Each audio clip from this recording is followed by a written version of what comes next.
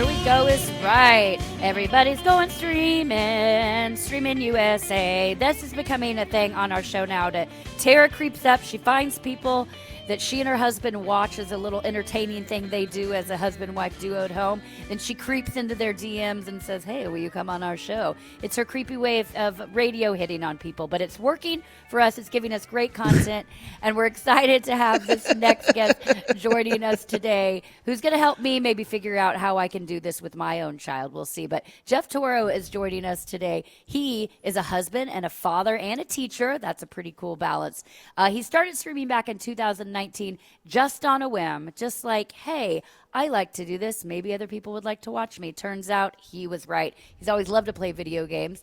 And turns out he thought maybe people will watch. People did watch. He plays American Truck Simulator, which is becoming a theme around here.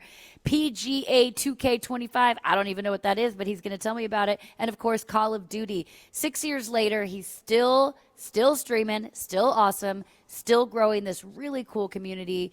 He loves to interact and chat with people, so I hope after listening today you'll get a feel for him, want to be his friend, hit him up. He is live Tuesday through Saturday at 9:30 p.m. Eastern. You can find him over on all the places, including TikTok at GTsportgaming. Hello. Please make welcome to the show our new friend, Geoff Toro. Good morning. Good morning, guys. Thank you so much. I'm excited to be on. Geoff, let's kind of get started back in the day. One of my favorite statements that people who are turned into geezers in golf pants often use. So back in the day, at some point, you got into video games. We would love to hear your origin story about. By the way, I'm laughing because Lindsay's got a big, giant Texas flag behind her, and she's getting comfortable over there in Nashville. And talk to me about your initial love of gaming before we even get kids or streams or anything else involved in the picture. Yeah. Just talk to me about what hooked you in. Yeah, so my earliest memory of gaming is probably playing Sega Genesis, Sonic the Hedgehog, Ninja Turtles, Aladdin. Back on Sega Genesis, I remember my mom playing with me, trying to beat the levels that were too hard for me to beat, and that's probably my first memory that I can remember. Maybe even a little bit of Paperboy back in the day, if you remember Paperboy. Yeah. And then it kind of moved into Game Boy when Pokemon was the craze. Probably when I was in fourth, fifth, sixth grade. Playing Game Boy, playing Pokemon. And then it kind of I got an Xbox, I got a PlayStation 2, I got a PlayStation 3.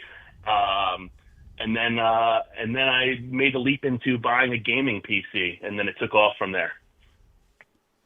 That's a big decision, really quickly, Lindsay, because a lot of people don't understand that and there have been people who actually do a whole bunch of other stuff like you do, teach, husband, father, all that kind of stuff. The decision to get that PC for a lot of people, the console is a big decision, the PC is a bigger one, because you got to make sure it's got the gasoline in it to actually make the miracle happen. So talk about that decision about buying that computer. Well, that's funny that you bring that up, because the story about that was, when I decided that I wanted to possibly do this, and I needed a gaming PC specifically because the game American Truck Simulator that I fell in love with to start streaming with, it is only available on PC. So I kind of may or may not have told my wife that, hey, we can buy this PC, I can play the games on it, but since it has the graphics card in it, you can do some of your graphic design stuff that you like to do on it. And I kind of packaged the deal. You little manipulating son of a gun. So I may or may not have said that. And,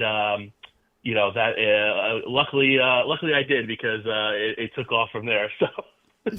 Well, as we talk about on the show, our resident gaming expert, Nick DeMeo, who's on with us a lot, who's also our general manager, he and Jimmy talking. It's when everybody plays, everybody wins. And so you're just trying to convince your wife of the same thing. Hey, honey, I'm doing this for us. I am a family man, and I'm here for you. Right, and now it's come full circle, because when we play Call of Duty, my wife has her own gaming laptop. When I go downstairs to my room, she plays on the couch, and she connects to the TV, and she plays Call of Duty with us when we play our squads of four. So she's involved as well. That's awesome. Geoff, let me ask you this because I'd like your take on this. I asked a buddy of mine who is a very successful entrepreneur. He's a global speaker. He speaks all over the world. So I'm always, he's meeting with a lot of thought leaders, of course, all the time. So I'm always getting his take on things. And I said to him, what is your take on kids and gaming and being, and I'm not talking about the games that how you and I grew up playing, like you're talking Sega and whatnot. I'm talking about it's become their community, especially post COVID. Right. And he said his take was that it's necessary because this is how the world connects now. And so to keep our kids away from it would be doing them a disservice. Of course, everything in balance, everything in moderation. So he was like, it's necessary for kids to be gaming and streaming and communicating that way on computers as long as it's done with provisions. What's your take on that, and how will you sort of maybe frame that for your own children? Well, I think I have a little bit extra take on that as well because of my job as a teacher, and I teach specifically. I teach elementary physical education and health. Oh wow! So I promote fitness. I promote being active and. But what I think, and I tell the kids, like, you mentioned moderation, and I think this is such a part of their lives and such a part of the social aspect of their lives. And we talk about their mental health and how they're feeling in the health class. And, a lot of these kids, this is a comfort for them that they feel, good about and makes them feel good. And, I tell all my classes, I tell them, like, you can play video games, but I still want you to go outside. I still want you to play. I still want you to be physically active. And as long as they're doing that, I think that they can find a balance, in their day to day. Yeah.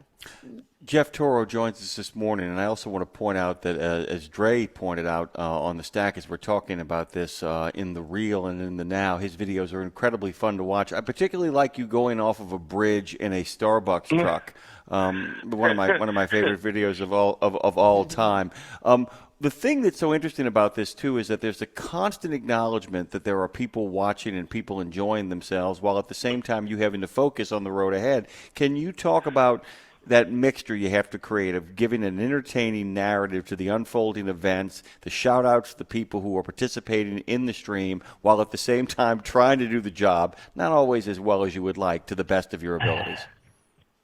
Well, real quick, everyone that watches me regular knows how safe and professional of a driver I am on American Truck Simulator. Yes, of course.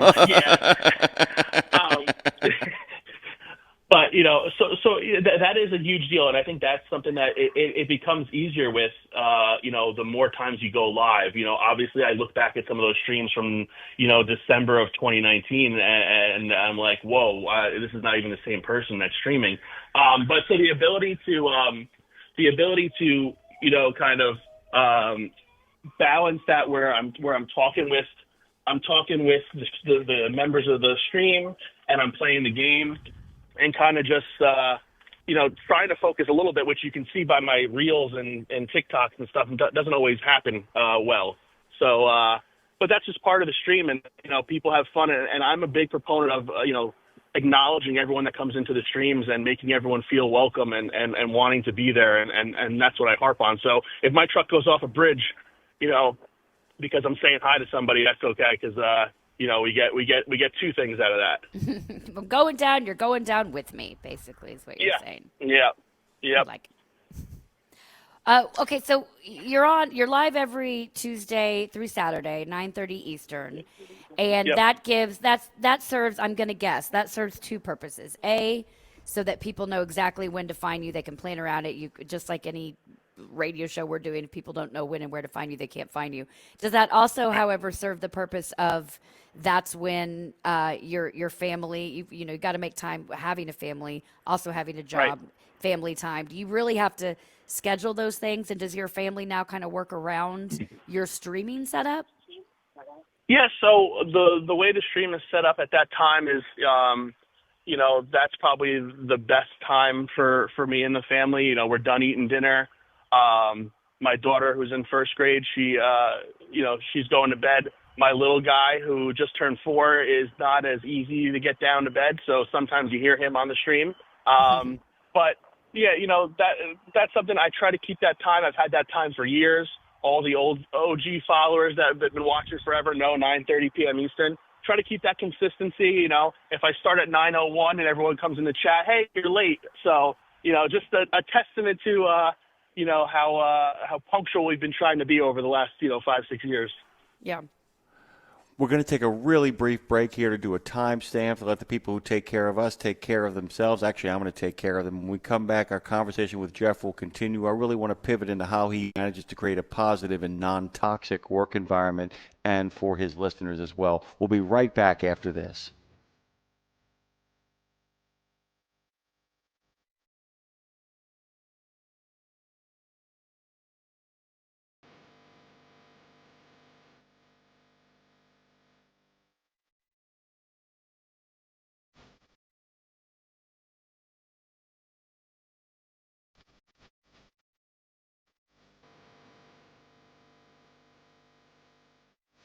We continue our conversation with Geoff Toro here at 8:17 in the morning. Before we get back to that, head over to neverrollalone.com. You'll find the multi-service fuel card. They're a member of the Shell Group, by the way. They've been helping fleets manage the fuel spending situation since 1978. Over-the-road trucking companies, trust them to provide quality customer service, generous lines of credit, and a nationwide network of fuel-saving truck stop locations. Man, anybody playing American Truck Simulator could sure use neverrollalone.com. That's the multi-service fuel card at 817. Geoff, welcome back to the show. You heard the question I kind of set up for you.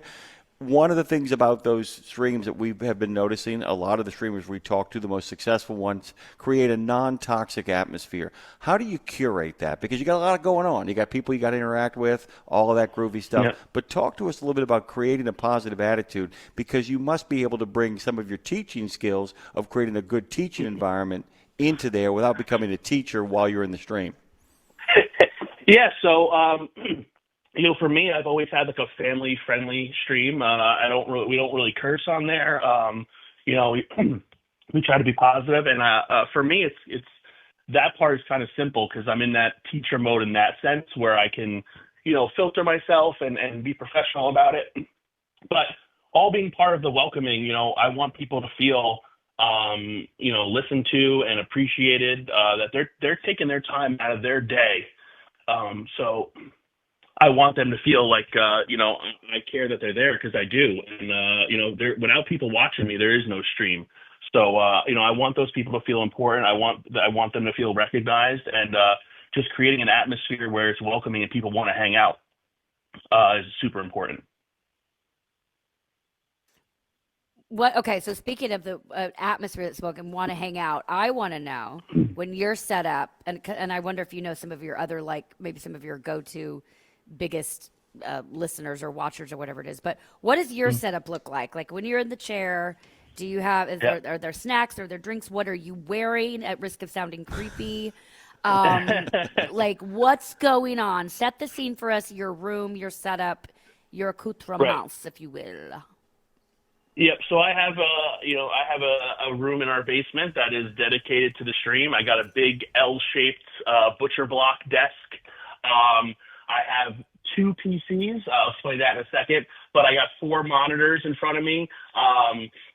Usually I'm wearing basketball shorts because that's what I wear a lot, and it's super comfortable, and I like to be comfortable down there.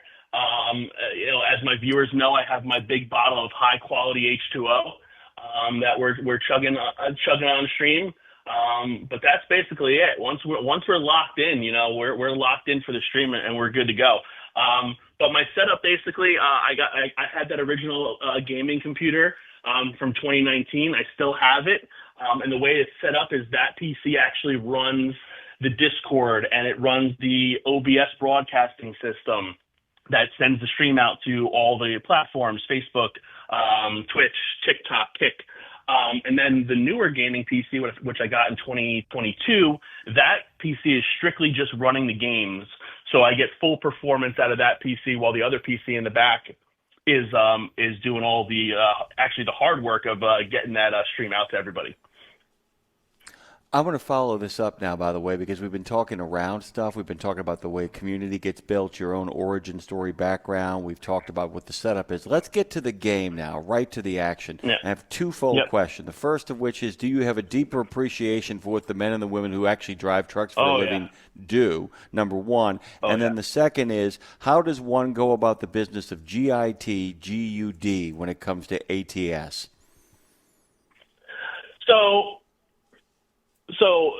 Going back to, I have a ton of respect for the men and women who are traveling across the country, driving trucks. I always did.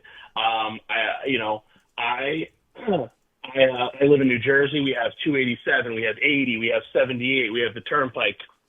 So, we see a lot of tractor trailers all over the place, and now it's kind of fun to point out to my kids, like, oh, look, there's a Kenworth W900. Oh, look, there's a Peterbilt 389. All the stuff that I learned from American Truck Simulator, definitely much respect. We have some real life truck drivers that watch. There, some of them watching from their cabs. And this game ATS has connected me to them, and I'm very thankful for that because they're awesome people. And this game, American Truck Simulator, caught my eye back in 2019. I was playing, mostly sports games, and I never played a simulator like this. And just watching it one time, I was so drawn to play it that I ended up getting the PC and started streaming because of this game. And the game has grown so much, even from back when I started, and they're increasing they add new states. So we're going from California all the way over to Arkansas. I think Arkansas, Iowa is coming, Louisiana is coming. So they're filling in the United States and adding all this content. And a good example, the state of Missouri came out about last month, and I was driving through Missouri. I started right in front of the St. Louis Arch. And, we had like 5 or 6 people watching who are from Missouri. And just to be able to stream and like, oh, look, I know that town. Oh, that looks pretty accurate. And, just being able to do that and talk with them while I'm driving because of this game is really cool. Geoff, let me ask you this, because, we here at the Dave Nemo Show know how amazing truck drivers are and how amazing the community is and how loyal and hardworking, et cetera, yada, yada, yada. We know how great it is. But it's become a bit of a lost art, and it gets a bad rap and outside of certain circles. And I'm curious, you as a teacher and somebody who's streaming, do you think you can use this game and talking to your kids in class to encourage children, if they seem interested, to lean into what a great and amazing and supportive career trucking can be, and by the way, necessary, not going anywhere. Is that something you would ever be sharing in your class, or do you see that happening, encouraging kids to lean into this kind of industry?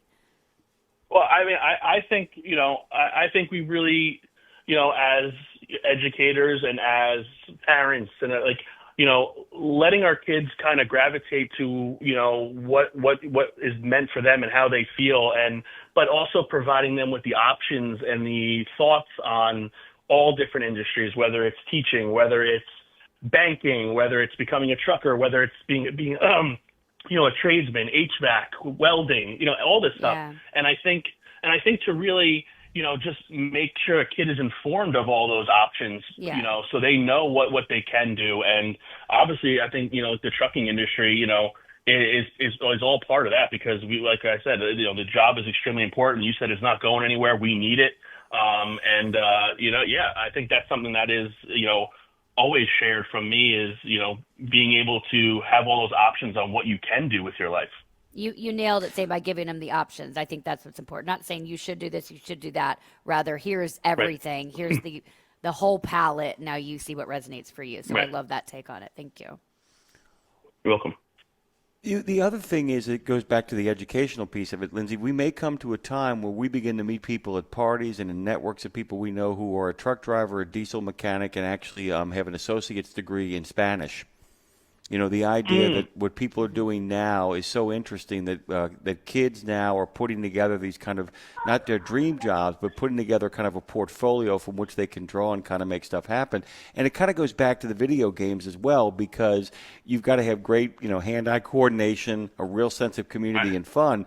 But you've done a lot of talking about a lot of different programs and a lot of ways that streaming is set up and understanding computers and all this kind of stuff. If you think about the necessary technical understanding that goes into creating the streaming content thing, there's a lot of stuff at play, both in terms of the creative and in regards to language skills and social skills, but also technical skills. This in many ways sets people up for success, doesn't it? Oh yeah, I mean, I'm gonna be honest. When I got that first PC, that gaming PC, I was a little intimidated because I didn't know much. Because, like I said, we talked about, I came from playing Xbox and PlayStation, so it was a little daunting at first getting used to it. But trying to learn all these programs and how to broadcast a stream and how to, my wife has a degree in graphic design, so helping me create the logo using Photoshop, all these things. I had really no clue how to do it, and just getting in front of the screen and doing all these things definitely helped my skills in that area. Let me just say this too. It's something fun that I loved. You talk about the idea of your wife playing Call of Duty, and I wanted to share this. Lindsay knows this about me, that my wife, my father-in-law, and I all play the Division II together. And it's one of the most joyful things that I think you should make an important note to people. You don't have to be good at this stuff. And I'm, of course, referring to my father-in-law. You don't have to be good at this stuff to actually enjoy it, right? He was also looking deep into my soul when he said that as well, I feel like. I was looking right at Lindsay. I was going like, speaking of not being good at video games, but loving them. But talk about that a little bit, too. You don't have to be good in order to make this stuff really fun, right? No, yeah. Like when it comes to Call of Duty, I am not good. I would say I'm average at best. And this is playing it for years. I will also say your associate producer Tara hopped into my stream last night and distracted me. And Creeper. And I messed up on Call of Duty. I was supposed to go grab the helicopter, and I didn't because she distracted me. So I just wanted to throw that out there as well. Oh, you're welcome. No, yeah, you're welcome. Yeah. Keeping you on your toes.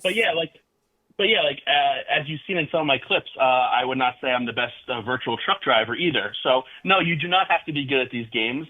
You can enjoy how you want to play them. I have plenty of people over the years who have come in and said, how come you don't just drive better? And I said, well, this is how I drive. And that's a stupid question. Ask better questions. That's what I would say.